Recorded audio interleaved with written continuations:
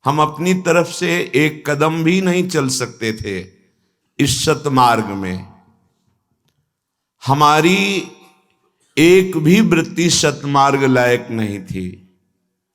तब उन्होंने पसंद किया हमें। न जाने कौन से गुण या अवगुण देखकर रीझ गए, क्या पता उनकी बात। जब उन्होंने ऐसी स्थिति से घसीट कर हमको अपने चरणों के सानिध्य में लाने के लिए मार्ग दे दिया है, अब हमें अपनी तरफ नहीं देखना, क्योंकि उन्होंने हमारे सद्गुण नहीं देखे, थे ही नहीं। साधना नहीं देखी, थी ही नहीं। सद्विचार नहीं देखे, थे ही नहीं। अहेतुकी कृपा करके जब उन्होंने हमें स्वीकार किया है, तो अब हमें अपनी चिंता नहीं करनी है। हम कैसे हैं यह हमारा विषय नहीं रह गया। हमें अपने आराध्य देव के स्वभाव और प्रभाव में मगन रहना है। जब आप अपने आराध्य देव के स्वभाव को जान जाएंगे तो भजन स्वाभाविक होने लगेगा। भगवान शिव कह रहे हैं अंबाजी से, उमा राम स्वभाव जिन जाना, ताहि भजन तजी भाव न आना। अन्य भाव रह ही नहीं सकता, अखंड भजन होने लगेगा। ये बड़ा गुप्त विषय है। अपनी कोई भी चिंता ना करना। अपने आराध्य देव के स्वभाव और प्रभाव को जान गए तो भजन के सिवा और कुछ होगा ही नहीं। जो भी चेष्टाएं होंगी, जो भी मन से मनन होगा, वाणी से गायन होगा, वो सब भजन माना जाएगा। स्तोत्राण सर्वागिरहो, समस्त बातें वो भगवत भजन माना जाएगा। निद्रा समाधि स्थिति, उसका सोना भी समाधि होगा। उसका चलना फिरना प्रदक्षिणा हो जाएगा। उसकी हर चेष्टा भगवत सेवा बन जाएगी। बात समझ लीजिए। जो हरि का स्वभाव है वो तो महामहिम है ही, पर हरि के प्रेम स्वभाव का गाढ़ रूप महारानी जू हैं, लाडली जू।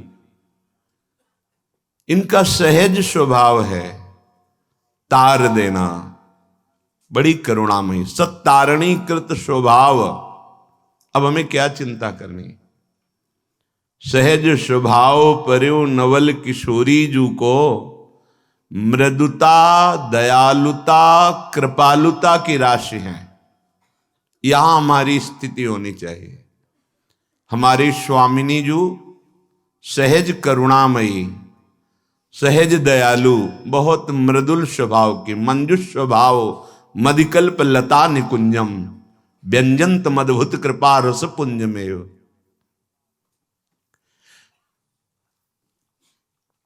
केवल अपनी तरफ से कृपा करती हैं स्वामिनी जी। हम कैसे हैं, या हमारे कोई कर्म या गुण देख के कृपा नहीं हो रही। अद्भुत कृपा की धारा स्वाभाविक बह रही, इसीलिए बरसाने वाली स्वामिनी जी को कहा जाता है। ये अद्भुत सुख की वर्षा, अद्भुत प्रेम की वर्षा करती हैं अपने जनों पर। और वो अपने जन इन्होंने चुने हैं, बनाए हैं। हमारी वृत्ति तो मना खष्टान इंद्रियाणि प्रकृति स्थानी करसती, इसी माया में आकर्षित थी। इन्होंने आकर्षण किया, इन्होंने घसीटा। जब इनका स्वभाव ऐसा है तो फिर प्रभाव भी जान लेना चाहिए। लालन तेरे आधीन। जो अखिल कोटि ब्रह्मांडों के ईश्वर है वो हमारी स्वामिनी जी के अधीन है। तेरे ही रस बस श्याम सुंदर वर, जांचत ज्यों दीन। दैन्य होकर आपसे प्रेम की याचना करते हैं लाडली जू। सुनरी सखी हो साच कहत हो, तू जल है ये मीन, लालन तेरे आधीन। जब हम ये जान गए कि जाके अधीन सदाई सांवरो या ब्रज को सिरताज, अब हमें अपनी चिंता अपनी परवाह बिल्कुल नहीं। स्वभाव और प्रभाव हर समय आराध्य देव का रहना चाहिए। अगर इनके स्वभाव और प्रभाव को आप अपने चित्त में नहीं रखेंगे तो त्रिगुणात्मिका माया का स्वभाव और प्रभाव आपको परास्त करता रहेगा।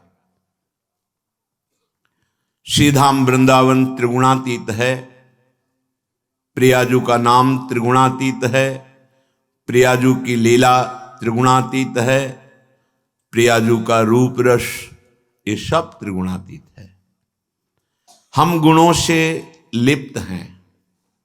त्रिगुणातीत हमारी सामर्थ्य नहीं रह गई कि हो जाए, पर त्रिगुणातीत का गायन करने से गुणातीत स्वाभाविक हो जाएंगे। इनकी लीलाओं का गायन, इनके नाम का निरंतर जप, इन्हीं के स्वभाव और प्रभाव का चिंतन करके डूबे रहना, त्रिगुणातीत स्थिति में स्थित हो जाना है।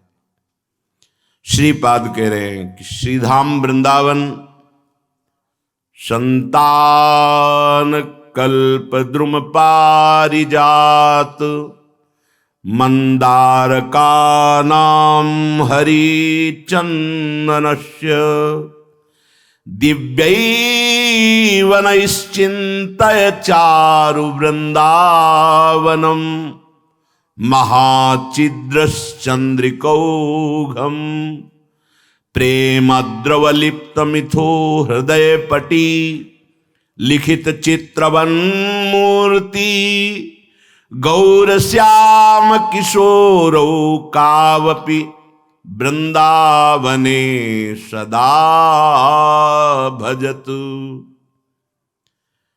वृंदावन जो दिव्य लताएं हैं, संतान, कल्पवृक्ष, पारिजात, मंदारक, हरिचंदन, ऐसे ऐसे दिव्य महान लताओं से युक्त कुंज निकुंजे हैं जो करोड़ों कल्प तरुओं को लघु कर देने वाली हैं। वृंदावन की लतासम कोटि कल्प तरुनाही, रज की तुल वैकुंठ नहीं और लोक की हिमाई।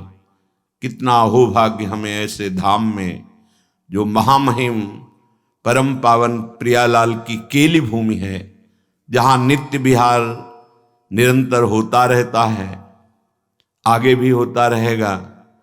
ऐसे प्रिया प्रीतम के सानिध्य में हमें रहने को मिला। ये हमारे न भाग्य से है, न पुण्य से है, न साधना से है, न तपस्या से है। ये केवल जिनको वृंदा विपिन है, कृपा तिन्हि की होए, वृंदावन में तबहि तो रहन पाई है सोए।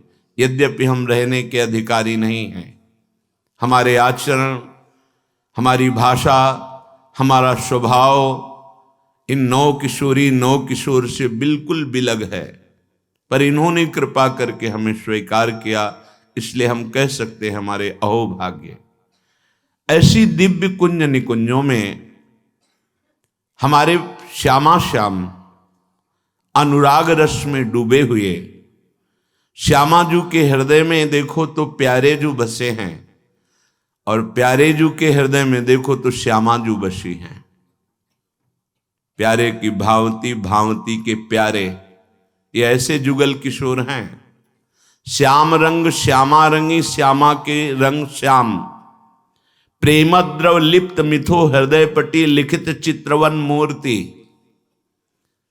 जैसे कोई चित्र रचना करके हृदय से लगा ले, ऐसे प्यारी जू की तरफ देखो तो हृदय में लाल जू दिखाई देते हैं, और लाल जू के हृदय की तरफ देखो तो प्यारी जू दिखाई देती है, और सखियों की हृदय की तरफ देखो तो लाल ललना मिली हियो शिरावत मोर। इसलिए सखियों का प्रेम बहुत गरु प्रेम है।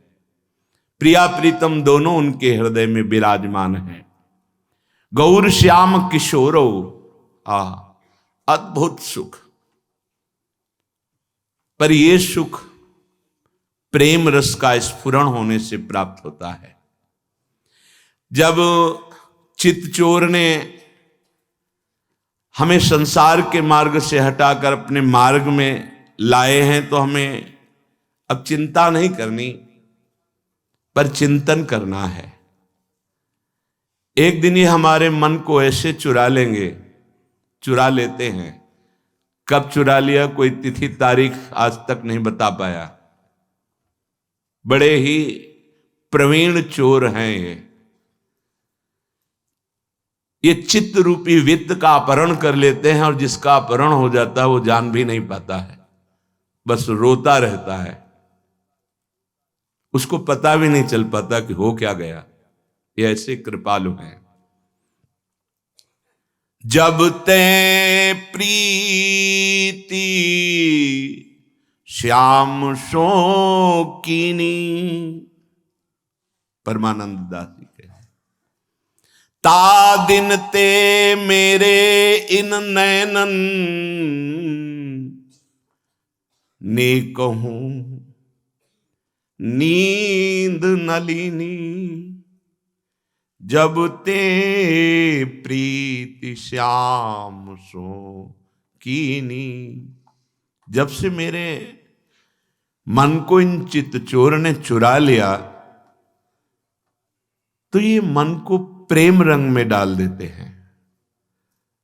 ये प्रेम रंग बड़े भाग्यशाली जनों को अपने मन को रंगने का अवसर मिलता है। अपने लोग भाग्यशाली हैं, ये सच्ची मानिए। महामहिम वृंदावन में आना या वृंदावन में बैठकर सत्संग सुनना, आजीवन प्रिया प्रीतम को समर्पित हो जाना, अखंड वास करना बहुत बड़ी कृपा हुई। पर हम लोग कृपा की अवहेलना करने वाले उद्दंड जन हैं, सच्ची मानिए। इतनी कृपा हुई कि अगर कृपा का थोड़ा भी भान हो जाए तो रोने के सिवा और कोई रास्ता नहीं मिलता। बार बार उनकी करुणा कृपा का कि कहाँ हमारे आचरण, कहाँ हमारा स्वभाव और कहाँ आपकी कृपा होड़ लगी हुई है। हम सो ना बिगाड़न को और तो सो ना संवारन को, तो ही मोई पड़ी होड़। पक्की बात है, हम सो ना बिगाड़न को तो सो ना संवारन को। आप जैसा कोई संभालने वाला नहीं, हमारा जैसा कोई बिगाड़ने वाला नहीं। जानबूझ के हम आपके विरुद्ध आचरण करते हैं, पर आप नेकहु न रिस कहूं भूलिहु न होत सके।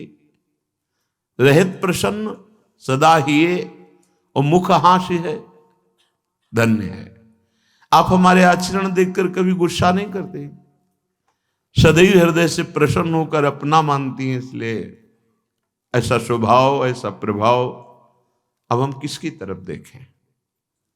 जब थोड़ी भी प्रीति अपने आराध्य देव में अंकुरित होती है मन में, तो सबसे पहले वो ये विषयों की चंचलता का अपहरण कर लेती है। थोड़ी सी लगन लगी कि विषय भोग, निद्रा, हंसी, जगत प्रीति, बहुबात, इन पर प्रहार हो गया, जो बहुत साधना करने पर भी सुधार नहीं हो पाता। प्रीति ऐसी है,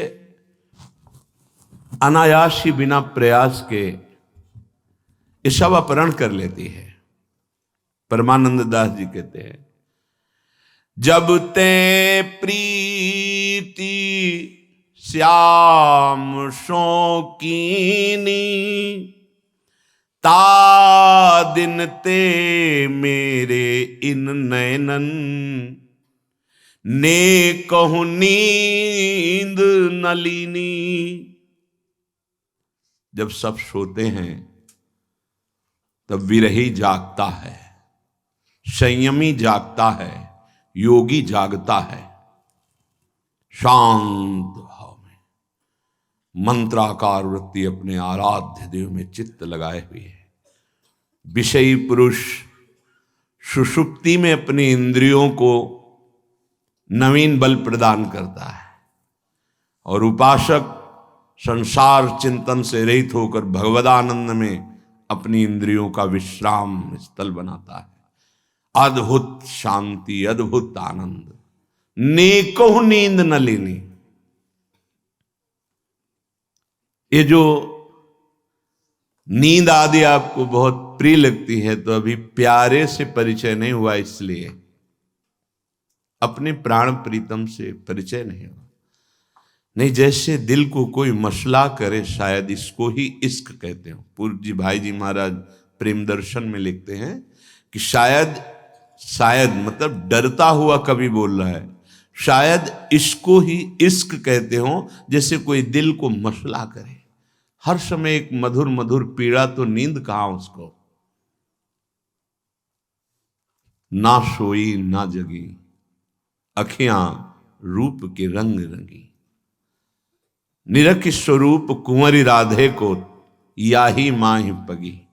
ये अखियां ना सोई ना जगी, बड़ा अद्भुत स्वरूप है ही नहीं नींद, नींद ही नहीं है। वो तमोगुण नष्ट हो गया तो नींद कहां से हो? तो विक्षेप को प्राप्त होता होगा, नहीं परमानंद को। क्योंकि जहां नींद के द्वारा सुषुप्ति में जो विश्राम मिलता है, उससे करोड़ अनंत गुना बढ़ करके प्रभु के चिंतन में तन्मय हुआ महापुरुष बल और शांति को प्राप्त करता है। जो नींद में विश्राम मिलता है वो संसार का चिंतन छूटने से मिलता है। 5 घंटे 6 घंटे संसार का चिंतन छूटा तो आप सुख का अनुभव करते हैं। अगर जागृत में यही चिंतन छोड़ दे और सुषुप्ति की तरह वो ना सो रहा है ना जग रहा है, जगना संसार के चिंतन, सुषुप्ति संसार के चिंतन से रहित भगवदानंद चिंतन में, उसके सुख का कौन अनुमान भी नहीं कर सकता। तो सादर रहित चित चाकू चढ़्यो सो, और न कछु सुहाए। मन में रहे उपाय मिलन को, बस यह विचारत जाए। जैसे चाक बना में वो बर्तन बनाने वाला चाक उसकी घूमती रहती है और वो चढ़ा हुआ पात्र घूमता रहता है, ऐसे ही मंत्र और नाम उसके चित्त में। एक बार सत्संग में कहा था कि दिमाग में जैसे राउंड राउंड घूम रहा है, वहां मंत्र जपना नहीं पड़ रहा, हर समय मंत्राकार, मानो दिमाग में मंत्र घूम रहा है। सादर सम्मान सहित, इससे बड़ा सुख और क्या हो सकता है। जुगल किशोर का नाम मंत्र चल रहा है, इससे बड़ी उपलब्धि क्या हो सकती है। सादर रहत चित चाकू चढ़्यो, चित्त का कार्य है चिंतन करना। मानो कुम्हार की चाक में चढ़ा हुआ बर्तन अनायास बिना प्रयास के वो उतना ही रफ्तार से घूमता है जितना कुम्हार घुमाता है। गुरु रूपी कुंभकार ने हमारे चित्त को प्रियालाल के नित्य विहार स्थली बनाने के लिए चिंतन रूपी चाक पे चढ़ा दिया। अब बिना प्रयास अनायास ही वो मंत्राकार वृत्ति, नाम रूप लीला, बस उसी के चिंतन में। सादर रहित चित चाकू चढ़्यो सो, और न कछु सुहाए। मन में रहे उपाय मिलन को, बस यह विचारत जाए। कोई प्रीतम की बात सुना दे, कैसे मिलेंगे कोई उपाय बता दे। रात दिन उसके अंदर व्याकुलता रहती, कैसे प्रभु मिले। अपने में तो कुछ ऐसा है नहीं जिससे रीझ कर प्रभु मिल जाए, बस मिलेंगे कैसे, कोई उपाय बता दे। इसीलिए सबके चरणों में प्रणति होता रहता है। उस दैन्य हृदय कहीं किंचन मात्र गुणाभिमान नहीं, और सबसे महान गुण उसके अंदर जागृत हो गया, भगवत प्रेम। और वो अत्यंत दैन्य है, क्योंकि वो अपने में कहीं कुछ देख ही नहीं पा रहा है कि किस अधिकार से मैं दावा पेश करूं कि प्रभु मुझे मिल जाओ। बस वो कैसे, कोई कृपा कर दे, कोई उपाय बता दे, कोई प्रीतम की बात सुना दे, कैसे प्यारे मिलेंगे। जब ते प्रीति श्याम की कीनी, परमानंद पीर प्रेम की। ये काहू सो नहीं कहिए, जैसे बिथा मूक बालक की। बस अपने मन में सहिए। ये खास बात कह रहे हैं। यदि कहीं ये पीड़ा जागृत हो गई हो तो कभी बताना नहीं किसी से, ये गुप्त बात है। मुंह का स्वादनवत, अगर बता दिया तो फिर प्रेम का दीपक बुझ जाएगा पक्का। ये जो बताते हैं उनके जला ही नहीं है और बता सकते भी नहीं, क्योंकि अनिर्वचनीयम प्रेम स्वरूपम।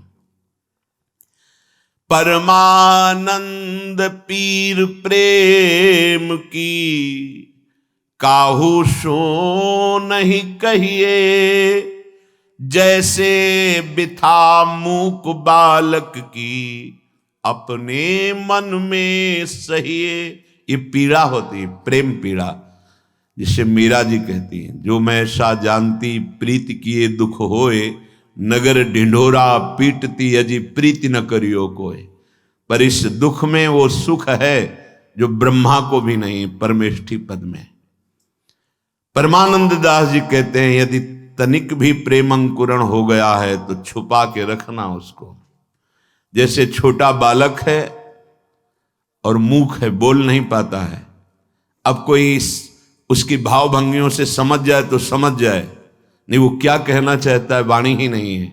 ऐसे मूकवत आचरण करे, कहीं किसी को झांकने भी न दे अपने हृदय की स्थिति को, किसकी स्थिति में क्या चल रहा है। समुद्र की जैसे कोई था नहीं ले सकता, ऐसे गंभीर उपासक के हृदय की वृत्ति को कोई नहीं समझ सकता कहां चल रही है। मैं तो प्रीति बस श्याम सो कीनी, को निंदो को बंदो अब तो, या मन में धर लीनी। मैं तो प्रीति श्याम सो कीनी। परमानंद दास जी कहते हैं, अब तो मैं अपने श्रृंगार मूर्ति लालन से प्रीति कर ली। अब चाहे कोई हमारी निंदा करो या वंदना करो, मुझे इसकी कोई परवाह नहीं, क्योंकि मेरे मन में तो अब केवल श्याम सुंदर ही है। यदि आप मुझे पतिव्रता कहते हैं तो मैं इनकी हूं, और व्यभिचारी कहते हैं तो इन्हीं से व्यभिचार भी है। कितना जोर का समर्पण। जो पतिव्रता तो या ढोटा सो, इन्हीं समर्प्यो देह। जो व्यभिचारी तो या ढोटा सो, बाढ़ो अधिक स्नेह। को निंदो को बंदो अब तो, ये मन में धर लीनी। मैं तो प्रीति श्याम सो कीनी। यदि मैं पतिव्रता हूं तो अपने श्याम की, और व्यभिचारिणी कही जाऊं तो इसी ढोटा नंद नंदन से हमारी प्रीति प्रतिपल बढ़ती रहे। कोई हमारी निंदा करे या वंदना करे, अब कोई फर्क नहीं पड़ता, क्योंकि हमने अपने मन में प्रभु से प्रीति कर ली है।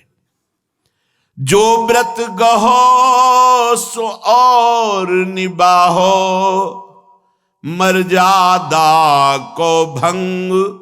परमानंद नंद नंदन को पायो मोटो संग। अब बहुत बड़े से संग हो गया है। अब हमारा एक ही व्रत है कि मन चित्त बुद्धि सब इनके नाम रूप लीला धाम बस। कोई साधक कहो, कोई व्यभिचारी कहो, कोई कुछ भी, जो भी कहो, कोई निंदा करो या स्तुति करो, मुझे कोई परवाह नहीं। मेरा मन प्रभु से लगा तो बहुत मोटा संग पाया।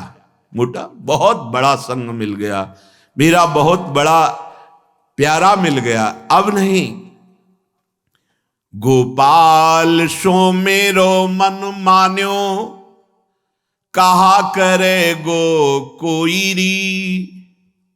अब तो चरण कमल लपटानी, जो भावे सो होई री। ये बेपरवाही आनी चाहिए। कहां भटक रहे कूड़ा करकट में, ऐसे महासुख सिंधु प्रभु के चरणों में आओ। गोपाल सो मेरो मन मान्यो, अब कहा करे गो कोई री। अब तो चरण कमल लपटानी, जो भावे सो होई री। माई रिसाए बाप घर मारे, हंसे बटो लोगरी। अब तो जी ऐसी बन आई, विधना रचो संजोगरी। चाहे हमारे मां नाराज हो जाए और बाप मेरी पिटाई कर दे, घर से निकाल दे, और रास्ते के लोग मेरा उपहास करेंगे, देखो इसे क्या मिला, सब जगह से ठोकर लग रही इसको, कोई सुख नहीं इसको मिला, लेकिन ये बावरा बस प्रभु के नाम रूप में लगा हुआ है। चाहे लोग उपहास करें, अब घर के लोग पिटाई करके चाहे निकाल दे, पर मेरा तो अब संबंध केवल प्रभु से है। गोपाल सो मेरो मन मान्यो, कहा करे गो कोई री। बड़ा बढ़िया विधान बन गया है ममैवांशो, आज अपने अंशी से मिलने का विधान बन गया। आप तो मैं किसी के रोके नहीं रुकूंगी। बरु ही लोक जाऊ किल मेरो, अरु पर लोक नसाईरी। चाहे लोक नष्ट हो जाए या परलोक नष्ट हो जाए, मुझे कोई परवाह नहीं। परमार्थ व्यवहार मुझे कोई परवाह नहीं। लास्ट 3 लोकन की न वेद को कहो करे, वेदान्न प्रसन्नस्तिसा केवलम मवच्छिन्न अनुरागम लभते। कौन परवाह करता है स्वर्ग नरक अपवर्ग की। अपने प्यारे से नेत्र मिल गए बस, पर मिल तो जाए ना। अगर नेत्र मिल जाए तो हमारा सारा काम बन जाए। ये जो बहिर्मुखता है अपने आप हट जाएगी, ये जो विलासिता है भोगों की अपने आप नष्ट हो जाएगी। इसीलिए जो चतुर है वो नाम वाणी में लग जाता है, क्योंकि नाम वाणी ही साक्षात्कार कराती है। नाम वाणी जहां श्याम श्यामा तहां, नाम वाणी निकट श्याम श्यामा प्रगट, नाम वाणी सुनत श्याम श्यामा सुबस। जो बड़ा भाग्यशाली है वो बस केवल नाम वाणी पकड़ लेता है। सत्संग सुन रहे हैं, सेवा कर रहे हैं, नाम वाणी में है, या नाम चल रहा है या वाणी जी चल रही। सेवक शरण सदा रहा अनत नहीं विश्राम, कै वाणी हरिवंश की कै हरिवंश नाम। ये बहुत भाग्यशाली उपासक होगा जो पकड़ पाएगा ये बात। नाम वाणी जहां श्याम श्यामा तहां, एक एक अक्षर में श्यामा श्याम के प्रेम रस प्रदान करने की सामर्थ्य है। श्याम श्यामा प्रगट, प्रगट अक्षर निकट, प्रगट रस स्रवत अति मधुर बानी। सोजु बानी रसिक नित्य निषदिन रटत, कहे तर सुनत रस रीति जानी। ताहि तजी और गाऊं न कमहू कछु, प्राण रमि रही हरिवंश वाणी। भाग्यशाली वो महानुभाव जिसने दृढ़ निश्चय कर लिया, अब कै वाणी हरिवंश की कै हरिवंश नाम। नहीं तो रसना कटो जो अन रटो, निरखि अन फुटो नयन, श्रवण फुटो जो अन सुनो, श्री राधा जस बहन। अब तो जी ऐसी बनी आई, अब हृदय में तो ठान लिया है। बहुत बार विषयों के लिए ठाना है, एक बार प्रभु के लिए ठान लो, हृदय में ठान लो। अब जो होगा सो देखा जाएगा, प्रभु से प्रीति करने का। अब तो खेलेंगे इन्हीं के संग, नाचेंगे इन्हीं के संग, रोएंगे इन्हीं के संग, अब दूसरा संग नहीं। बरु ही लोक जाऊ किन मेरो, अरु पर लोक नशाईरी। नंद नंदन को तऊ न छाणो, अब मिली हो निशान बजाई। डंके की चोट पर अब न मुझे नरक की परवाह है, न स्वर्ग की चाह है, न परम पद की चाह है। ये लोक नष्ट हो जाए या परलोक नष्ट हो जाए, हम निशान बजा के डंके की चोट पर प्रभु से प्यार करूंगा। परमानंद दास जी कह रहे हैं, बहुरी ही तनु धरि कहा पैहो, बल्लभ बेश मुरारी री, परमानंद स्वामी के ऊपर सर्वस्व देहो बारी री। पता नहीं दोबारा मनुष्य शरीर मिले कि ना मिले, और इसी शरीर से भगवत प्राप्ति होती है।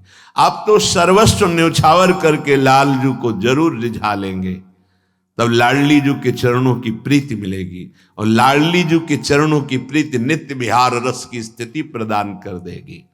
श्रीपाद कह रहे, प्रेम द्रव लिप्त। ये अनुपम प्रेम रंग में रंगे हुए श्यामा श्याम जुगल किशोर, जो इनके चरणों का आश्रय ले लेता है, इनका निरंतर नाम जप करता है, तो वृंदावन धाम की कृपा से उसके हृदय में निर्द्वंद स्थिति आ जाती है। कोई भी द्वंद्व, सेवक जी महाराज कह रहे हैं, शत्रु मित्र सम जान मान मान अपमान सम, दुख सुख लाभ न हानि। यह जो कृपा हरिवंश की, शत्रु मित्र में, सुख दुख में, लाभ हानि में, मान अपमान में जिसका समान भाव हो गया, वो निर्द्वंद स्थिति को प्राप्त हुआ महापुरुष प्रेम रस का अधिकारी हो जाता है। यह कर्म फलम त्यजति कर्माणि संन्यस्ति ततो निर्द्वंदो भवति। ये निर्द्वंद स्थिति बड़ी दुर्लभ है। परम पद में जीते जी आरूढ़ हो जाता है जो निर्द्वंद स्थिति को प्राप्त होता है। निर्द्वंद विशुद्ध परमार्थ का स्वरूप है, जो 15वें अध्याय में गीता जी में श्री भगवान ने एक श्लोक में वर्णन किया। निर्माण मोहा जित संग दोषा अध्यात्म नित्या विनिवृत्त कामा द्वंद्वैर विमुक्ता सुख दुख संगई गच्छन्त मूढ़ा परमम पद। जो अव्यय पद है, वो ज्ञान को प्राप्त हुआ महापुरुष उस पद पर आरूढ़ होता है। जो मान रहित है, किंचन मात्र भी जिसके हृदय में मान, ये मान बहुत प्रिय वस्तु है। ये जब तक देहाभिमान है तब तक प्रिय रहता है। देहाभिमान नष्ट होने पर इसका कोई महत्व नहीं रहता। ना अपमान बुरा लगता है, न सम्मान अच्छा लगता है। सच्ची बात समझिए, ये देहाभिमान जो अंतःकरण में मय धर्म है, ये बहुत घातक है। इसीलिए श्रीपाद ने कहा सम्मानम कल्याति घोर गरलम। ये जो मान प्रतिष्ठा सम्मान है, ये घोर विष है, प्रभु से बहुत दूर कर देता है, बहुत दूर कर देता है। अंतर की वृत्ति में जहां दैन्यता आनी चाहिए वहां अभिमान आने लगता है, बड़ा भ्रम हो जाता है। ये माया आखिरी जाल फेंकती है उपासक पर। ये जो कीर्ति का है, मान का है, प्रतिष्ठा का है, ये आती है। अगर इसका भोग कर ले तो उपासक की उपासना रुक जाती है। भोग करने का तात्पर्य है प्रतिष्ठा को सत्य मान लेना, सम्मान में सुखी हो जाना, हर्षित हो जाना, मैं कुछ हो गया हूं, गया, परमार्थ से भ्रष्ट हो गया। ये अंतिम खाई थी, बहुत मुंह भरा गिर गया इस खाई में।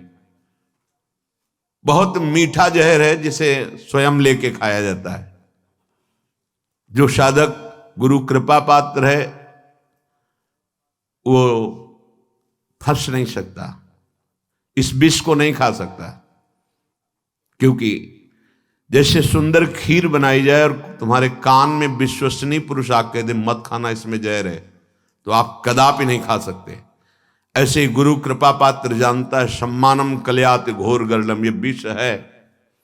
अगर इसको खा लिए तो ऐसा प्रमाद चढ़ेगा कि प्रभु से विमुख हो जाओगे।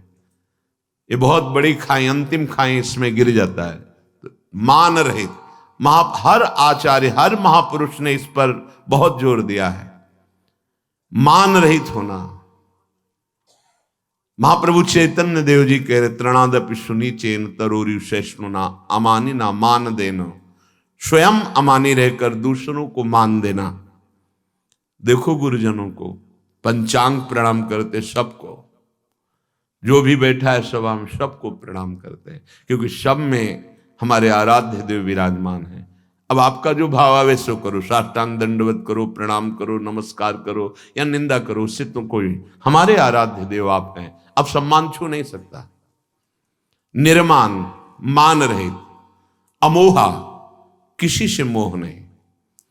जो मोहन की उपासना करता है उसको मोहित कौन कर सकता है? मोहना आराध्य देव का लक्षण उपासक में आता है। मोहन, वो सबको मोहित कर लेते हैं, लेकिन मोहना, उनको मोह नहीं है किसी से। ऐसा ही उपासक होता है। उपासक की दैवी संपदा से प्रभावित होकर सब आसक्त हो जाते हैं, पर वो मोहना निर्माण, अमोहा, मोह रहित और जित संग दोषा। किसी भी विषय के संयोग से, व्यक्ति के संयोग से किसी भी प्रकार मन में हर्ष नहीं आना चाहिए। प्रतिकूल परिस्थिति, प्रतिकूल व्यवहार, व्यक्ति का प्रतिकूल पदार्थ, द्वेष नहीं होना चाहिए, शोक नहीं होना चाहिए। जित संग दोषा, जो रही उत्तम प्रकृति का कर शकत कुसंग, चंदन विष व्यापत नहीं लपटे रहत भुजंग। चाहे जैसा संग हो, अपने रंग में ही चलना चाहिए, तब वो जित संग दोषा होगा। ये कैसे हो सकता है? जो सब में अपने प्रभु को देखता है वही समान एक रस स्थिति में रह सकता है, नहीं द्वंद्व से तुरंत अपने कब्जे में कर लेंगे। जब हम अपने प्रभु को देखते हैं तो परिस्थिति को नहीं देखते, और जब परिस्थिति को देखते हैं तो प्रभु को नहीं देखते। जब हम क्रिया को देखते हैं तो कारण को नहीं देखते, और जब हम कारण को देखते हैं तो क्रिया को नहीं देखते। जो क्रिया को देखता है वो बहिर्मुख देहाभिमानी, जो कारण को देखता है वो ज्ञानी पुरुष है। जो परिस्थिति को देखता है वो उसमें लिप्त हो जाता है, बहिर्मुख है, अज्ञानी है। और जो परमात्मा तत्व को देखता है वही ज्ञानी है। वो परिस्थिति का कोई प्रभाव उसके ऊपर नहीं पड़ेगा, जो आराध्य देव को देखता है। जित संग दोषा, अध्यात्म नित्या, वो नित्य आत्म स्वरूप में स्थित रहता है, तीनों शरीरों के राग का त्यागी होता है। अध्यात्म नित्या, विनिवृत्त कामा, समस्त कामनाओं का वो त्यागी होता है, क्योंकि कामनाएं देहात्म भाव में ही रहती है, आत्मस्वरूप में नहीं। अध्यात्म में कामनाएं नहीं होती, कोई कामना नहीं होती, न शुभ न अशुभ, न सत्य न असत, तभी वो स्वरूप में स्थित माना जाता है। लेकिन जब तक देह भाव है तब तक कामनाएं बनी रहेंगी, इसीलिए वो विनिवृत्त कामा, समस्त कामनाओं से मुक्त होता है, क्योंकि अध्यात्म नित्या, वो नित्य आत्म स्वरूप में स्थित महापुरुष कामनाओं से रहित होता है।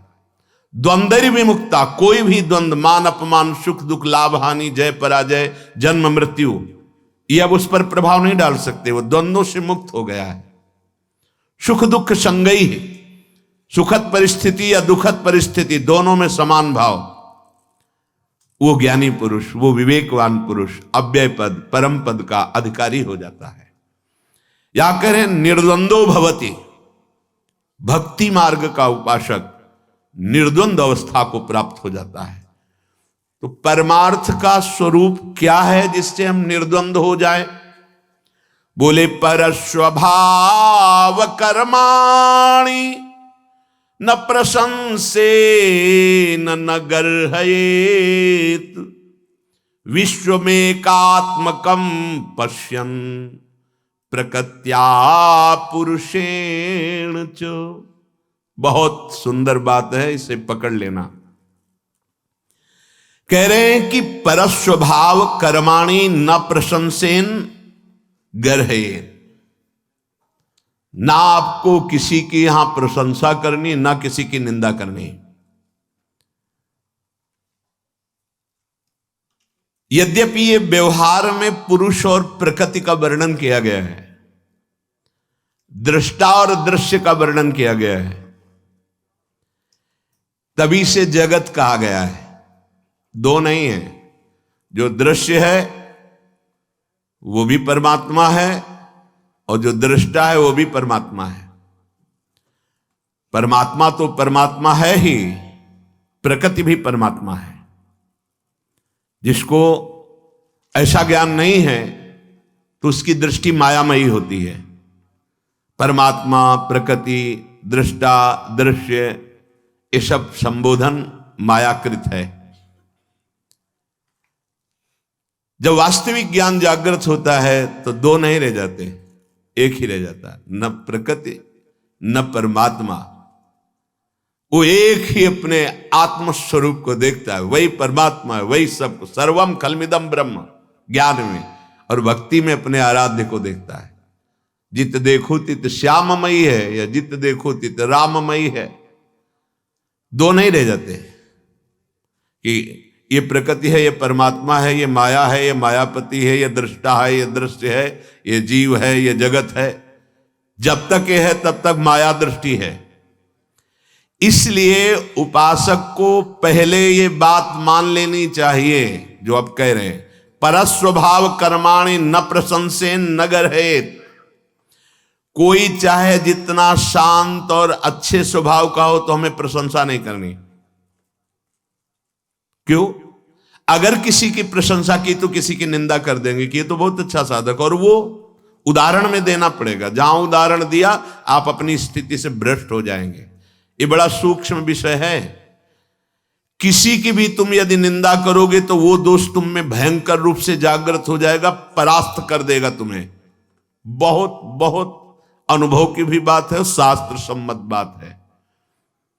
अगर आपको इस माया प्रपंच के दलदल से निकलना है तो वाणी को मूक बनाना पड़ेगा, कानों से बहरा बनना पड़ेगा, देखते हुए भी आंखों से अंधा बनना पड़ेगा। ये तीन बातें समझ लीजिए। देखते हुए भी अंधा बनना पड़ेगा, सुनते हुए भी बहरा होना पड़ेगा, और बोलते हुए भी मूक होना पड़ेगा। तभी आप निकल पाओगे, नहीं फंस जाओगे। अगर आप किसी को देखते हैं और उसमें दोष दर्शन करते हैं और कहीं उसके दोषों की निंदा कर देते हैं तो आप लिख लीजिए, वही दोष भयंकर रूप से आपके हृदय में जागृत हो जाएगा। किसी के शांत या घोर मूढ़ स्वभाव और उसके अनुसार कर्म, स्वभाव के अनुसार कर्म है। किसी का बड़ा शांत स्वभाव, किसी का घोर स्वभाव है। कोई शास्त्र सम्मत कर्म करता है, कोई शास्त्र विरुद्ध कर्म करता है। शास्त्र सम्मत कर्म करने वाले की प्रशंसा नहीं करनी और शास्त्र विरुद्ध कर्म करने वाले की निंदा नहीं करनी। क्यों? क्योंकि ये क्रिया है। हम देख रहे हैं कारण को, परमात्म तत्व को। परमार्थी वही है जो अंदर बैठे हुए तत्व को देखता है। तभी महाप्रभु हरिवंश चंद्र जी ने कहा, ये क्रूरा अपि पापिनो न च सताम संभाष्य दृश्याश्च ये सर्वान वस्तुतया निरीक्ष परम स्वाराध्य बुद्धिर्मम। वो क्रूर है, पापी है, नीच है, संभाषण योग्य भी नहीं, ऐसे आचरण करता है। ये हुई क्रिया। लेकिन मेरे राधा वल्लभ लाल उसके हृदय में विराजमान पक्का स्वाराध्य बुद्धिर्मम, ये है कारण, परम तत्व कारण। उस कारण तत्व में स्थित होने के कारण वो न किसी की निंदा करता, न किसी की प्रशंसा, सब में अपने प्रभु को देखकर एक रस रहता है। ये परमार्थ का परम सूत्र है। अगर ये नहीं होगा तो भ्रष्ट होना ही पड़ेगा। लिख लो, भ्रष्ट होना ही पड़ेगा। यदि किसी पर दोष दर्शन किया और वो दोष दर्शन आपके अंदर रहा तो निश्चित वो आपको पतित कर देगा, गिरा देगा। परमार्थ में आगे नहीं बढ़ सकते हैं, क्योंकि जहां तुम दोष दर्शन कर रहे हो वहीं प्रभु तुम्हारे बैठे हुए हैं। तो तुम दोष देखने वाले थे या प्रभु को देखने वाले थे? सच्चे उपासक का हृदय तत्काल निर्णय कर देता, गलती हो गई। जहां अरे भाई इतना समय हो गया, अब ये तो जीवन ही को व्यर्थ कर रहे हैं, परमार्थ का इनको तो ज्ञान है नहीं, तो हमको बहुत ज्यादा ज्ञान है। अब आओ लाइन पे प्रश्न माया रखती चली जाएगी। हाँ ये लो, इसका उत्तर दो। तो आता त्राहिमाम, गलती हो गई प्रभु, गलती हो गई प्रभु। प्रभु ही बैठे हैं सब जगह, वो छुपा छुपी का खेल खेल रहे, तुम उनको पहचान लो तो मुक्त हो जाओगे। बस इतनी बात है। परस्वभाव कर्माणि न प्रशंसेन न गर्हेत। ये कौन बोल रहा है? भगवान श्री कृष्ण चंद्रजू उद्धव जी से कह रहे हैं, किसी के भी स्वभाव के, चाहे वो शांत हो या घोर हो, और उसके कर्म की, चाहे वो शास्त्र सम्मत हो या शास्त्र विरुद्ध हो, तुम्हें नहीं देखना है। तुम्हें मुक्त होना है ना, तो तुम्हें देखना है कि सामने मेरे प्रभु है। भक्त होना है ना, तो निज प्रभु में देखें, जगत के ऐसन करें विरोध। ये मान लो, मान लोगे सवाल हल हो जाएगा, नहीं मानोगे बिल्कुल भूल हो जाएगी। चाहे जितना आप फर्राटेदार श्लोक बोल लेते हो, शब्दावली से प्रवचन कर लेते हो, चाहे जितने साधना में प्रवीणता दिखाते हो, लेकिन साधना का सूत्र जो है वो भगवान दे रहे हैं। न किसी की निंदा करनी है कर्म की, ना उसके स्वभाव की, ना किसी की प्रशंसा करनी कर्म की, ना उसके स्वभाव की। अब आगे, परस्वभाव कर्माणि यह प्रशंसति निंदति।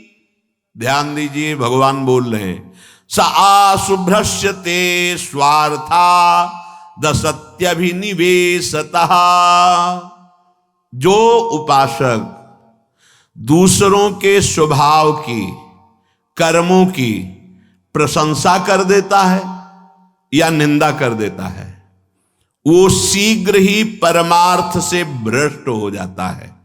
सा आशु मतलब बहुत जल्दी, सा आशु भ्रश्यते स्वार्था दसत्यभिनिवेशतः। तत्काल वो अपने परमार्थ पथ से भ्रष्ट हो जाता है, पर गिरते समय पता नहीं चलता। जब गिर जाता है तब लगता है मैं कहां आ गया, मेरी स्थिति यहां तो नहीं थी, इस विकार में तो नहीं थी। तो कीन हो इसका बहु अभिमाना, शोक हो वंचा कृपा निधाना। तुमने अभिमान करके किसी की निंदा कर दी, किसी की प्रशंसा कर दी, फंस गए। गोस्वामी जी बड़ी प्रवीणता से इसी श्लोक का टीका करते हैं।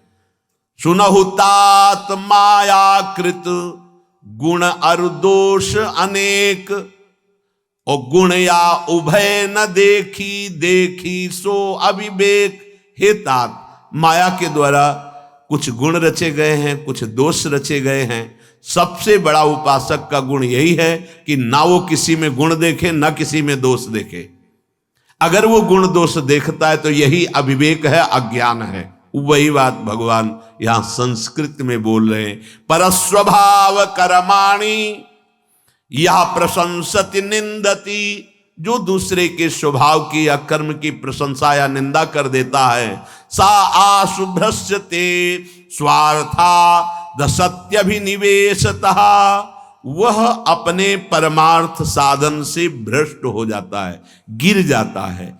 क्योंकि जहां उसने प्रशंसा की तो या निंदा की तो सत्यत्व बुद्धि हो गई कर्म और स्वभाव पर, जबकि असत है ये बात।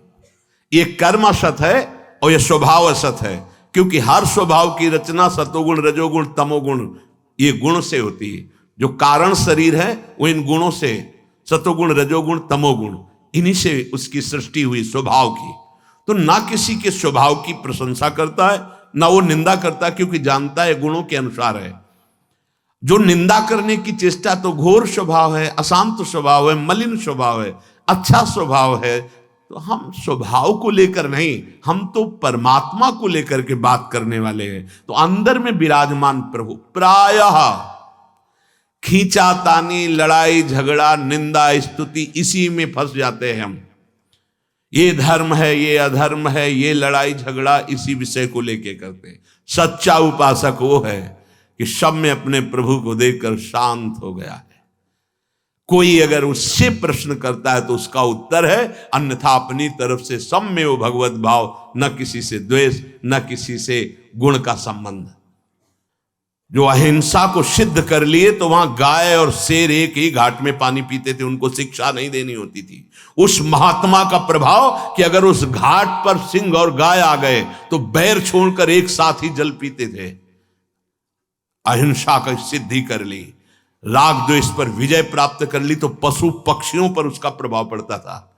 ऋषियों के आश्रम के पशु पक्षी वैर छोड़कर, देखो महादेव के घर में, देखो महादेव जी की सवारी नंदकेश्वर और अम्मा की सवारी बबर शेर, जो एक क्षण में खा जाए, खा ना जाए। सिंह बलात् बैल या गाय को अपना आहार बनाता है। देखो समदर्शिता का प्रकाश और प्रभाव। कि बामांग में विराजमान अंबा जी की सवारी है शेर, बबर शेर, और पिताजी की सवारी है बैल, और दोनों एक जगह शांत से रहते हैं। और बेटा जी की सवारी है चूहा, और महादेव जी के गले में है सर्प, और सर्प का आहार चूहा है कि नहीं? बड़े आराम से घर में रहते, झगड़ा नहीं होता। इधर गले में सर्प है, उधर गजानन महाराज की सवारी चूहा है। और एक और पुत्र हैं कार्तिकेय जी, इनकी सवारी क्या है? मोर। मोर का आहार क्या है? सांप। नहीं, कोई झगड़ा नहीं होता। सांप, मोर, चूहा, बैल, ये सब, सिंह, सब एक ही जगह है। क्यों? क्योंकि वो शिव हैं, वो कल्याण स्वरूप शम है, परमात्म स्वरूप है। तो जो उपासक शिव में स्थित है, ईश्वर में स्थित है, उसकी दृष्टि में पाखंड टिक ही नहीं सकता। जैसे अंधकार का विनाश करने के लिए भगवान सूर्य का उदय होना अत्यंत आवश्यक है। भगवान सूर्य न उदय हो, आप गारंटी दे दें कि मैं विश्व से अंधकार, तो आप झूठे कहे जाएंगे। अब चाहे जितने हाइलोजन लगा लो, चाहे जितने तारागण, चाहे जितने चंद्रमा एक साथ उदय हो जाएं, लेकिन अंधकार को नहीं मिटा सकते। अंधकार मिटाने के लिए एकमात्र भास्कर भगवान की जरूरत है। ऐसे ही अधर्म, पाखंड, अविद्या, इसका नाश करने के लिए ज्ञान रूपी भास्कर की जरूरत है, प्रेम रूपी भास्कर की जरूरत है। और वो यहां जरूरत है। यहां हुआ, दृष्टि बदली तो सर्वम खलमिदम ब्रह्म, पूरा विश्व ईश्वर का स्वरूप था, है, रहेगा, अनुभव हो जाता है। ये परमार्थ को समझा जाए। एक प्रश्न किए थे आकर के कि धर्म में लड़ाई होती है, क्यों होती है? धर्म में हमारी बुद्धि की ये परेशानी है और कोई नहीं। धर्म कोई ऐसा नहीं होता जहां बैर विग्रह, ये सब नहीं, लड़ाई झगड़ा द्वेष, ये सब अविद्या में होते हैं, धर्म में नहीं होते। धर्म बहुत विशाल होता है। हमारी बुद्धि खराब है, हम अपने को समझते हैं धर्म वाले, बुद्धि खराब। कब तक बुद्धि खराब मानी जाए? जब तक सामने इष्ट न दिखाई दे। बुद्धि शुद्ध उसी की है जो वस्तु तत्व को देखता है। प्रभु विराजमान है। मत्ता परतरम नान्यत किंचित धनंजय, मेरे सिवा कुछ नहीं। अब काहे को? हाँ, अब अगर स्वांग प्रभु देते हैं युद्ध का, तो जैसे अर्जुन को पूरी गीता जी सुनाकर, अब चलो स्वांग करो, तुम केवल निमित्त मात्र हो, देख मैं विराट रूप में दिखाया, मैं कर चुका हूं ये सब, तुमको केवल निमित्त मात्र बनाए, मारे जा चुके हैं मेरे द्वारा। भगवान कहते हैं वो उपासक अपने भगवान में स्थित होकर, भगवान का लीला पात्र बनकर, जैसी लीला प्रेरणा होती वैसी हो रही, वो करता नहीं होता। इसलिए किसी की निंदा, किसी की प्रशंसा परमार्थ पथ का पथिक नहीं हो। प्रायः समय इसी में बर्बाद होता है और सबसे बड़ा अपराध इसी से बनता है। हमको अपना कर्तव्य पालन करना है, दूसरा कर रहा है कि नहीं मुझे नहीं देखना है, दूसरा क्या कर रहा है ये मुझे नहीं देखना। वो आकर प्रश्न करता है तो जो शास्त्र और गुरुजनों से समझा है वो बोल देते हैं, लेकिन अपनी तरफ से किसी की निंदा स्तुति करने का अधिकार उपासक को नहीं है, क्योंकि अगर ऐसा करेगा तो कह रहे परस्वभाव कर्माणि यह प्रशंसति निंदति स आसु भ्रष्टते स्वार्था दसत्यभिनिवेशतः। जो उपासक दूसरों के स्वभाव की, दूसरों की कर्मों की प्रशंसा करता है या निंदा करता है, वो शीघ्र अपने परमार्थ से भ्रष्ट हो जाता है। प्रायः जब कोई पास आता है तो अपनी प्रशंसा अपने मुख से करता है। मैंने ये किया, मैं ये कर रहा हूं, मैं ऐसा करता था, मैं और सारा सुकृत गंवा के चला जाता है, नष्ट करके चला जाता है। अपने मुख से अपनी प्रशंसा करना पतन, और अपने मुख से दूसरे की निंदा करना पतन। अपने मुख से अपनी प्रशंसा अगर निकल गई तो समझ लो आप अपने पुण्यों का नाश कर दिए। पर वो अहंकार बर्दाश्त नहीं करता, वो उन्नति बर्दाश्त नहीं करता। वो आकर सभा में बोलता है मैं ऐसा किया, मैं ऐसा करूंगा। कोई बड़ी प्रवीणता से बोलते हैं कि हम तो केवल इसलिए पूछ लें ये सही है कि नहीं है। अभी तक आपको पता नहीं चला? सत्क्रिया करने वाले को किसी से पूछने की जरूरत नहीं पड़ती, हृदय बताता है सही है। पर हम वो चाहते नहीं बहुत सही, धन्यवाद आपको, आपको धन्यवाद, बस वो धन्यवाद सुनने के लिए, अहम पुष्ट करने के लिए बहुत सावधान। अपने मुख से अपनी प्रशंसा नहीं करनी, दूसरे की निंदा नहीं करनी। कानों से अपनी प्रशंसा नहीं सुननी, दूसरे की निंदा नहीं सुननी। जब अपनी प्रशंसा कोई करने लगे तो कानों में अंगुली डाल लो, लेकिन और कान साफ करके सुनेंगे कि हाँ क्या कहा जा रहा। दूसरे, हाँ अपने को अहम पुष्ट होता है ना, हाँ पीछे से जब कोई निकले और बगल में बोले ना कि ये जो महात्मा जा रहे हैं ना बड़े भजनानंदी हैं, मतलब बड़ा अहंकार, मतलब मीठा जहर है। और जब कोई निंदा करेगा तो भाव अपने आप चढ़ जाए कि तुम जानते नहीं हो, मैं वैष्णव हूं, भगवत दास हूं, हमारी निंदा करते हो, भगवान देख लो। तो भगवान कहते तुम अपने को देख लो, हम तो खुद आकर के तुम्हें दर्पण दिखा रहे हैं कि तुम मुझे पहचान पाए। थोड़ी सी निंदा बर्दाश्त नहीं कर पा रहे हो, और हमारा आदेश है मान और अपमान दोनों में समान तुम्हें बनना है। तो मैं बनाने की चेष्टा कर रहा हूं, कभी अपमान भेजता हूं, अब मुस्कुराहट, तो कभी भारी सम्मान भेजता हूं, अब उदासीन, सम्मान से उदासीन और अपमान में मुस्कुराहट, मतलब बात पक्की, परमार्थ हमारा पक्का चल रहा है। बहुत सावधान। तेजसे निद्रया पन्ने पिंडस्थो नष्ट चेतनः मायां प्राप्नोति मृत्युम वा तद्वन्नानार्थ दृक्पुमान। उद्धव जी, ये जितनी इंद्रियां हैं, चाहे कर्मेंद्रियों चाहे ज्ञानेंद्रियों, ये राजस अहंकार के कार्य हैं, रजोगुणी अहंकार के कार्य हैं। जब ये नींद में चली जाती हैं तो जो अंतःकरण का मैं धर्म है वो चेतना शून्य हो जाता है। अभी कल चर्चा हुई थी अहंकार विमूढ़ आत्मा की कि दो आम, एक शुद्ध ब्रह्म में जिसके आगे कुछ नहीं लगता, और एक के आगे प्रकृति का लगता है, मैं विद्वान, मैं स्त्री, मैं पुरुष, मैं गुणवान। तो जो रजोगुण अहंकार से संचलित इंद्रियां हैं, जब नींद आती है तो अंतःकरण का जो अहम है वो चेतना शून्य हो जाता है। वो शुद्ध अहम कभी चेतना शून्य नहीं होता, ध्यान रखना। वो चैतन्य घन है, उसका इन तीन अवस्थाओं से कोई मतलब नहीं, ना जागृत से, ना स्वप्न से, ना सुषुप्ति से। जो शुद्ध मय है, ये जो अंतःकरण धर्म में मय है, बुद्धि, मन, चित्त, अहंकार, वो जो अहंकार है, जब इंद्रियां सुषुप्ति में जाती हैं तो चेतना शून्य हो जाता है, अंतःकरण का अहम धर्म। अब उसको स्थूल शरीर की स्मृति नहीं रहती सुषुप्ति में, गाढ़ सुषुप्ति में। और कहीं यदि मन सुषुप्ति में नहीं जा पाया तो वो स्वप्न की रचना कर देता है। वो जैसा कई जन्मों से होता चला आ रहा है, जो दृश्य देखा, जो भोग भोगे, जो कल्पनाएं की, जो सोच की, वो लाके कोई बेमतलब ऊट पटांग की भी बातें ले आता है, कोई देखी हुई, सुनी हुई, सोची हुई, समझी हुई वो बातें मन रचना रच देता है स्वप्न में। पक्का झूठा है, एक भी कुछ सत्य नहीं। स्वप्न में अगर मन हमारा नींद में नहीं गया तो स्वप्न की रचना कर देता है। और भगवान कह रहे झूठे दृश्य, झूठा नाटक शुरू कर देता है।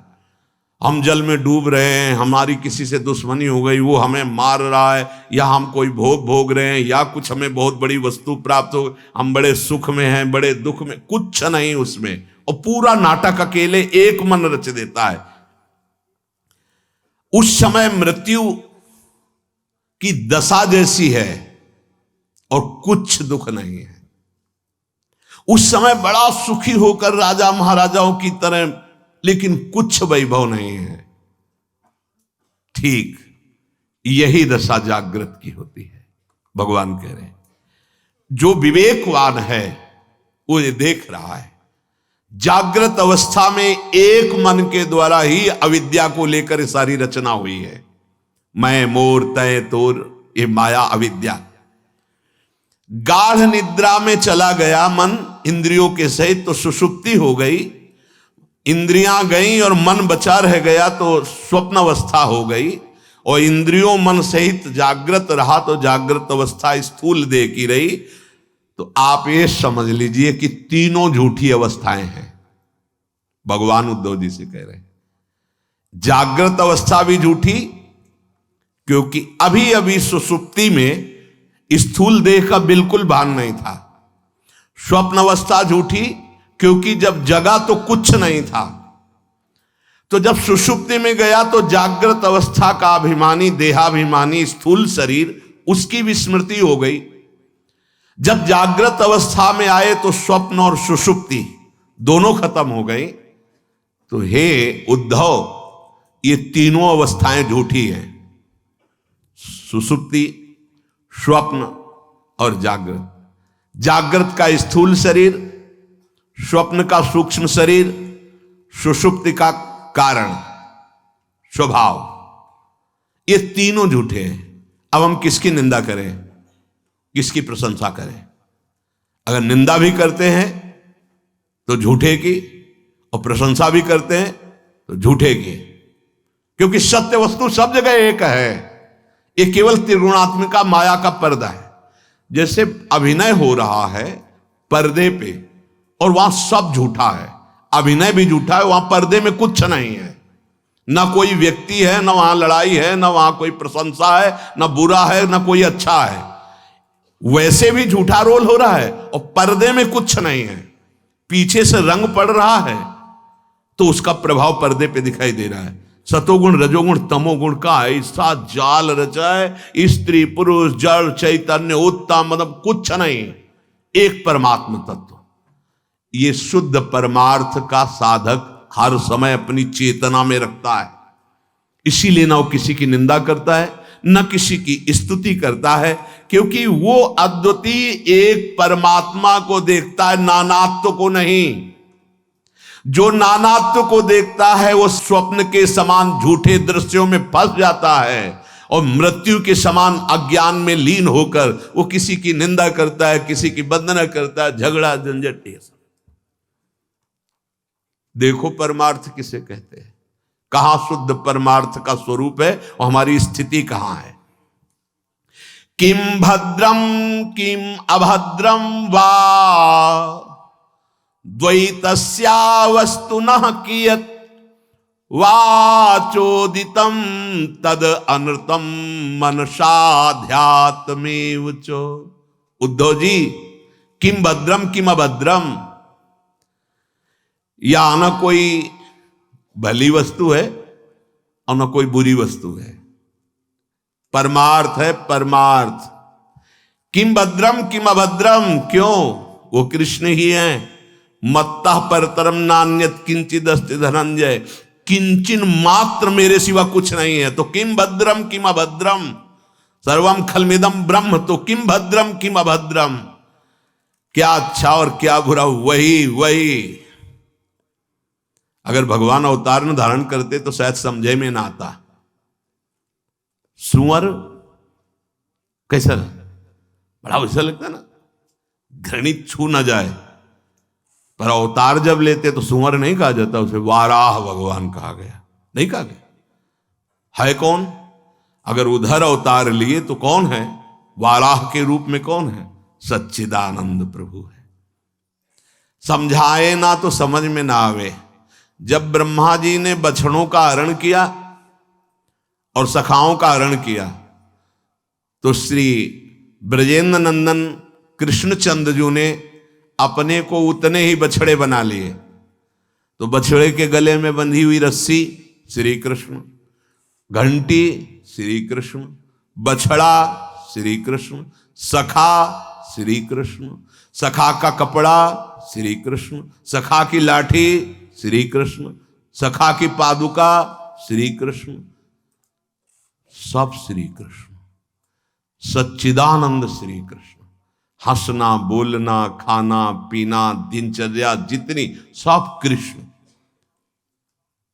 जब ब्रह्मा जी 1 वर्ष व्यतीत हुआ यहां भूतल के प्रमाण से, वहां तो इतना ही समय केवल हुआ कि अपहरण करके ले गए, लौट के आए, इतने में 1 वर्ष हो गया। कमल की पंखुड़ी ब्रह्मलोक में ऐसे छेदी जाए कांटे से, सुई से, तो जितना समय हुआ यहां 1 वर्ष हो गया। लौट के आए तो देखा वैसे ही खेल रहे हैं। तो उन्होंने कहा ये सत्य कि वो सत्य? बछड़े और सखा तो हम ले गए, फिर देखा वो तो माया निद्रा में शुरू, और ये कौन? तो जब भगवान की तरफ दृष्टि से देखा तो रस्सी, छीका, छड़ी, कपड़ा, सखा, बछड़ा सब श्री कृष्ण बने। कांप गए ब्रह्मा जी कि हम परिहास किसके साथ कर दिया। ये तो वही सच्चिदानंद प्रभु है जिनको मैंने आराधना करके प्रकट होने के लिए प्रार्थना की थी। कांप गए। दिव्य वृंदावन, दिव्य भगवत स्वरूप। जैसे भगवान वहां सखा बने थे, बछड़े बने थे, सखाओं की पोशाक, छड़ी, छीका, लठिया सब बने थे ना, सच्ची मानिए वैसे ही ये सब वही बनेंगे। मत्ता पर तरम नान्यत किंचित अस्ति धनंजय। इसीलिए का बहुनाम जन्मनावंते ज्ञानवान माम प्रपद्यते वासुदेवा सर्वमित समहात्मा सुदुर्लभा। बहुत जन्मों की साधना के बाद ये ज्ञान प्राप्त होता है कि सब भगवान श्री कृष्ण ही है। बहुत जन्म, बहुनाम जन्मनावंते। किम भद्रम किम अभद्रम वा द्वैतस्या वस्तुनः कियत्। उदो दो वस्तु है ही नहीं, द्वैत है ही नहीं, भगवान कह रहे हैं। जब द्वैत है ही नहीं तो उसमें कौन सी भली कौन सी बुरी है? अमुक बुरी है या अमुक भली है, यह प्रश्न ही नहीं उठ सकता, क्योंकि मैं ही बना हुआ हूं। मैं ही बनाऊं, भगवान कह रहे। जब मैं ही सब बना हुआ तो क्या भला क्या बुरा। इसीलिए जो जीवन मुक्त महापुरुष है, ना किसी के बुरे आचरण की निंदा करता है, ना अच्छे आचरण की प्रशंसा करता, क्योंकि वो जानता है। जैसे एक आदमी कई बार सरलता पूर्वक समझे, उसने 50 स्वांग किए नाटक में। कभी स्त्री का स्वांग किया, कभी पुरुष का स्वांग किया, कभी वो अंग्रेजी में क्या शब्द है, बिलियन, उसका स्वांग किया। कभी वो बहुत अच्छा नायक बना, अभिनेता, नेता बना, क्या क्या, पिता बना, पुत्र बना। लेकिन आप जब पहचानते हैं तो ये कहते हैं ना, कौन है? बोले वो वही है अमुक। 50 तुमने नाटक में अलग अलग उसके स्वांग देखे, लेकिन आप भ्रमित नहीं हुए और आप आनंदित हुए, ये वही है, वही अमुक है। नहीं, क्यों? ये तो इस समय पुत्र बना हुआ है, एक अच्छा पिता बना हुआ है, उसमें एक दुष्ट का रोल कर रहा था, इसमें उसने साधुता का रोल किया। बोले नहीं, ये स्वांग है, उसको मैं पहचानता हूं, ये अमुक अभिनेता है, उसका नाम जानता हूं और उसके रूप से पहचान गया हूं। बस ऐसे ही भक्त होता है। वो चाहे जो स्वांग कर रहा हो पहचान लेता है कि नाम कौन? बोले राम जी। बोले रूप कौन है? बोले वही है, यही। बोले जड़ चेतन जग जीव जत सकल राम मैं जानी। कोई कहे कि यार बहुत गंदा आदमी, नीच आदमी, कैसी हरकत कर रहा था। बोले नहीं यार, तुम जानते नहीं, ये केवल उसका स्वांग था। वो पर्सनल में बहुत अच्छा आदमी, उसका जो अलग जीवन है बहुत सात्विक जीवन है, लेकिन इतना बढ़िया वो अभिनय करता है, पूछो मत। कभी वो रावण का अभिनय करेगा, कभी वो जनक का अभिनय करेगा, कभी, लेकिन वो वास्तविक पूछो तो बहुत अच्छा आदमी। वो उसकी निंदा नहीं कर सकता, वो जानता है। ऐसे ही जो भगवान को जान गया वो किसी की भी निंदा नहीं करता, किसी के आचरणों की हो न प्रशंसा न निंदा, क्योंकि जान रहा ये स्वांग हो रहा है, बिजली सब में एक ही है, यंत्र अलग अलग हैं। अज्ञान होने के कारण ऐसा हो सकता है कि यार बिजली का तो मतलब प्रकाश देना, ये पंखा कैसे चलता है, ये एसी कैसे? बिजली का तो मतलब प्रकाश देना। ये मोटर से पानी निकल रहा है, हीटर से गर्म, अगर बिजली का स्वभाव है तो देखो ना, इसमें एसी में ठंडा करता है तो उसमें गर्म कैसे कर, वो बिजली कैसे हो सकती है? नहीं नहीं, यंत्रों के प्रभाव से उसका प्रभाव तुम देख रहे हो, लेकिन उसकी जो सामर्थ्य है वो केवल बिजली ही है। वो इंजन दौड़ा रही है, वो मोटर चला के पानी निकाल रही, वही प्रकाश कर रही, वही गर्मी दे रही, वही ठंडी दे रही है, और वही जान ले लेती है। बिजली ही तो थी। तो पालन, सृजन, संहार, तीनों एक ही परमात्मा अपने आप से, अपने आप में कर रहा है। ये जीवन मुक्त अवस्था है। विद्या विनय संपन्ने ब्राह्मणे गव्यस्तनीश्वनी चौसुपाके च पंडिता समदर्शिना। एक ही प्रभु विराजमान है। कैसे समझ में आएगा परमार्थ? बड़ी ऊंची बात है। और ये बात आ गई तो अब कोई बात ही नहीं रह गई। इसके बाद बात की बात आती है, प्यारे जू की प्रेम रस की बात। सुनो उद्धव जी, संपूर्ण ब्रह्मांडों की वस्तुएं जो वाणी से कही जा सकती हैं, मन से सोची जा सकती है, आंखों से देखी जा सकती है, ये सब मिथ्या है स्पष्ट। गोस्वामी जी लिख रहे, गोचर जहां लघु मनु जाई, सो सब माया जानहु भाई।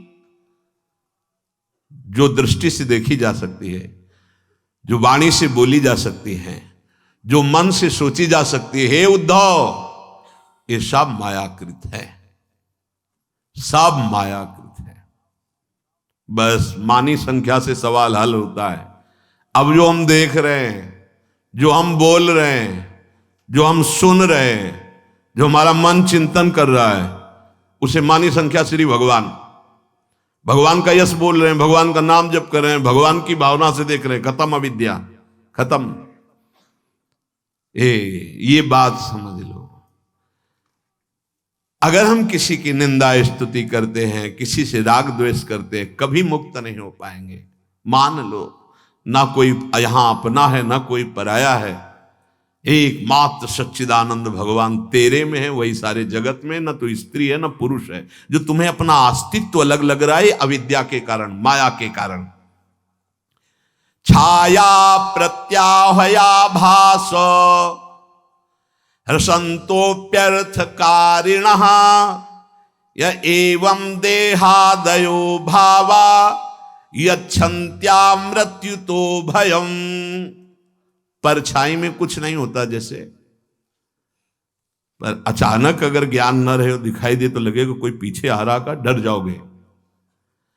प्रतिध्वनि जैसे किसी खाई, पहाड़, सरोवर आदि के समीप, तो हमें राधा, तो उधर सुना राधा राधा राधा राधा, ऐसे प्रतिध्वनि, ये तेरी ही आवाज की प्रतिध्वनि। ऐसा लगता है कोई और बोल रहा है क्या? कूप में, किसी विशाल सरोवर में, नदी की कगार में, पहाड़ों के बीच में, जब हम अपनी आवाज करते हैं तो उसकी प्रतिध्वनि होती है टकरा के, राधा राधा राधा। जैसे परछाई तो किसी और की नहीं, मेरी ही है। जैसे सीपी, उसमें चांदी का भ्रम हो जाता है, ऐसे ही ये जगत सर्वथा मिथ्या है जो तुम देख रहे हो, और जो देख नहीं पा रहे वो सत्य है। क्या? केवल श्री कृष्ण ही श्री कृष्ण है। ये जो तुम देख रहे हो, स्त्री पुरुष, अच्छा बुरा, ये उत्तम अधम, ये सब मिथ्या है। वेद कहता है, या तो वेदों को प्रकट करने वाले भगवान कह रहे हैं, ब्रह्म सत्यम जगन मिथ्या। उमा कहूं मैं अनुभवपना, सत हरि भजन जगत सब सपना। अब मिथ्या में रमण करने वाला परमार्थ को कैसे जानेगा, कैसे समझेगा? परमार्थ की बातों का उपहास करेगा, क्योंकि उसकी पहुंच ही नहीं है। जैसे ठूंठ देखा और उसमें भूत की कल्पना हो गई, रस्सी देखा और उसमें सांप की कल्पना हो गई। अब जब तक हम सत्य भाव में उसको समझ नहीं पाएंगे, तब तक हमारा हृदय भयभीत रहेगा, कांपने लगेगा। ऐसा होता है। दूर से जैसे कुशा का ठूंठ है, ऊपर की कुशा कट गई है, तो ऐसा लगता कोई बैठा है।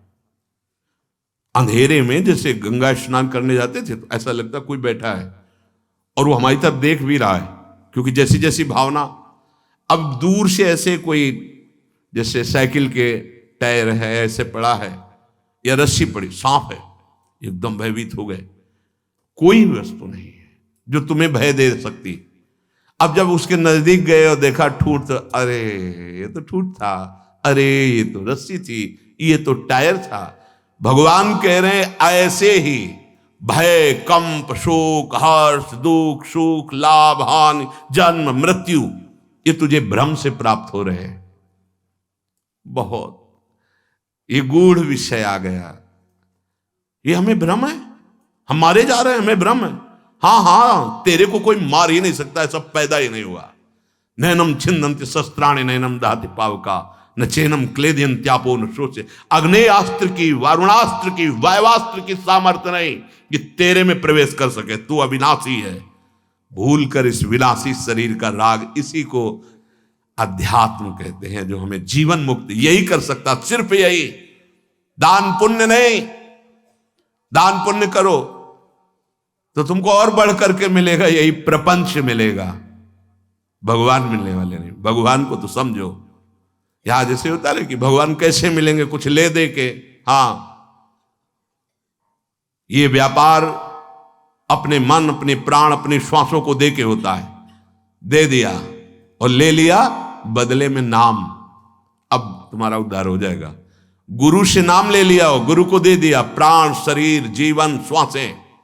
क्या अपने प्राण, अपने श्वासों को गुरु की आज्ञा में व्यतीत करेंगे, जीवन की हर चेष्टा गुरु आज्ञा में, अब भगवान की प्राप्ति हो जाएगी।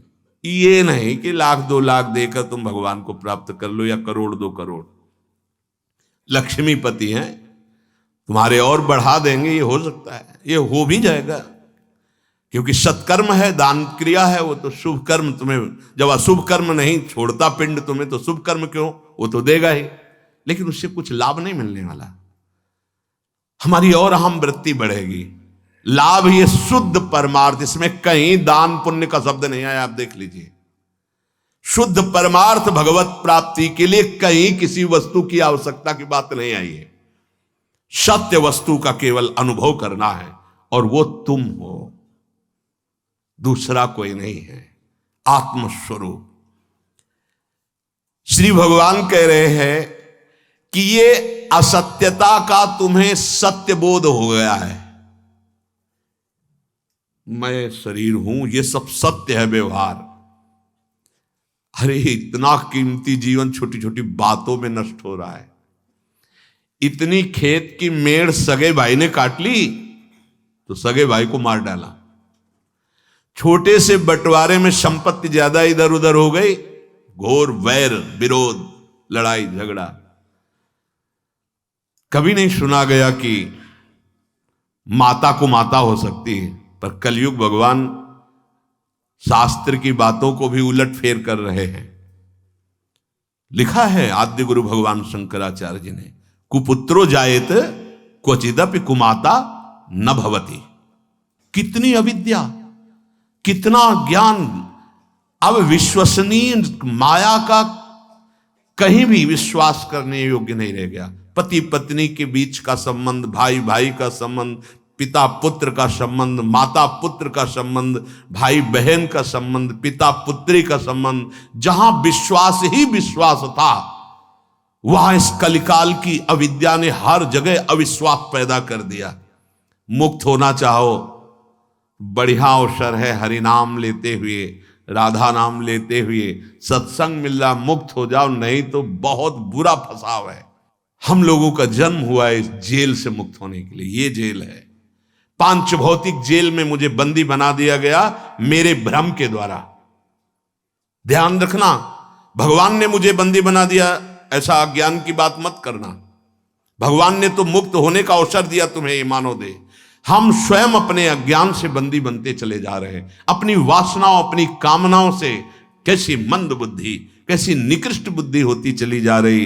हम अपने संबंधों की हत्या कर रहे हैं, हम अपने सद्विचारों की हत्या कर रहे हैं। हम जहां मुक्त होना चाहिए वहां बंधन के मार्ग को स्वीकार कर रहे हैं। सत्य मानिए, अगर नाम जप नहीं है, इसीलिए हम कहते हैं भगवान की प्राप्ति, अब मुक्त होना तो दूर की बात रही, जीना सीख जाओगे।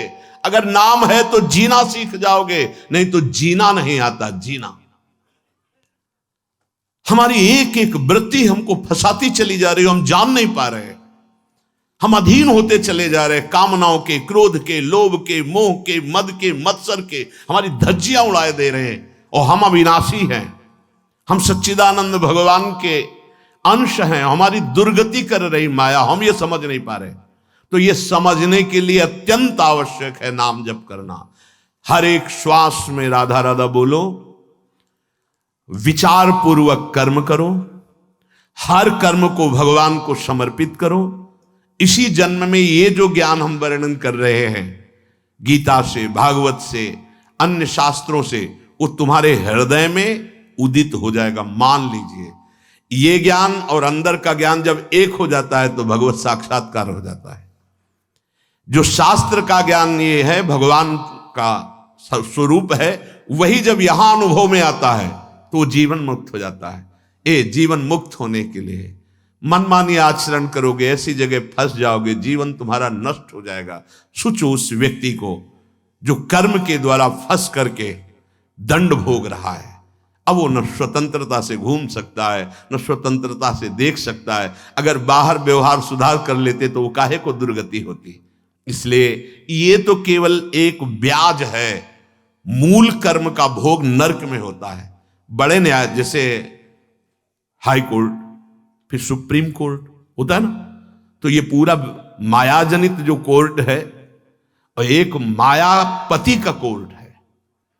जो न्यायाधीश भगवान धर्मराज हैं, यम हैं, यहां जो दंड मिलता है वो एक ब्याज जैसा समझो, मूल हिसाब वहां होता है। तुम्हें मानव दे दी गई, भजन नहीं किया, मनमानी पापाचरण किया, अब आओ तुमको उसका हिसाब देते हैं। फिर जो दुर्गति होती है वो आप असत्य मत मानिए। अरे कहां नरक कहां स्वर्ग, ऐसा तुम्हारे कहने से नहीं होगा। तस्मात् शास्त्रम प्रमाणम। इसलिए प्रार्थना मान लीजिए, हर कर्म का इतना प्रचंड दंड है कि भोगते भोगते अभी तक न जाने कितने युग व्यतीत हो गए, पिंड नहीं छूटा। अब मान लो जैसे इन असत कर्मों का, मिथ्या कर्मों का इतना बड़ा फल है, तो परम सत्य सच्चिदानंद भगवान का नाम, राधा राधा नाम, इसका फल तुम्हें भाव नहीं बैठ रहा। अरे ये तुम्हें इन सब मिथ्या कर्मों से मुक्त कर देगा, माया जाल से मुक्त कर देगा। कुछ समझ में आवे या न समझ में आवे, हृदय से प्रभु का आश्रय ले लो और जिह्वा से राधा राधा नाम जप करो, सब मंगल हो जाएगा। अगर नाम भूल गए तो फिर माया रौन देगी। कहां फंसा दे, बस जलते रहो। एक छोटी सी 5 मिनट की क्रिया पूरे जीवन को बर्बाद कर सकती है। इसलिए हमारी बुद्धि बहुत सही होनी चाहिए। वो नाम जपत आई सब सोई, देव सुबुद्धि कृपा करि मोहि। जब नाम जप करोगे तो प्रभु की तरफ से सुबुद्धि आ जाएगी और आपका जीवन जगत मंगल करने वाला हो जाएगा। आप तर जाएंगे, दूसरों को तार देंगे। सतरति सतरति शालोकांत। इसलिए हर श्वास राधा राधा राधा। श्री राधा वल्लभ लाल की जय।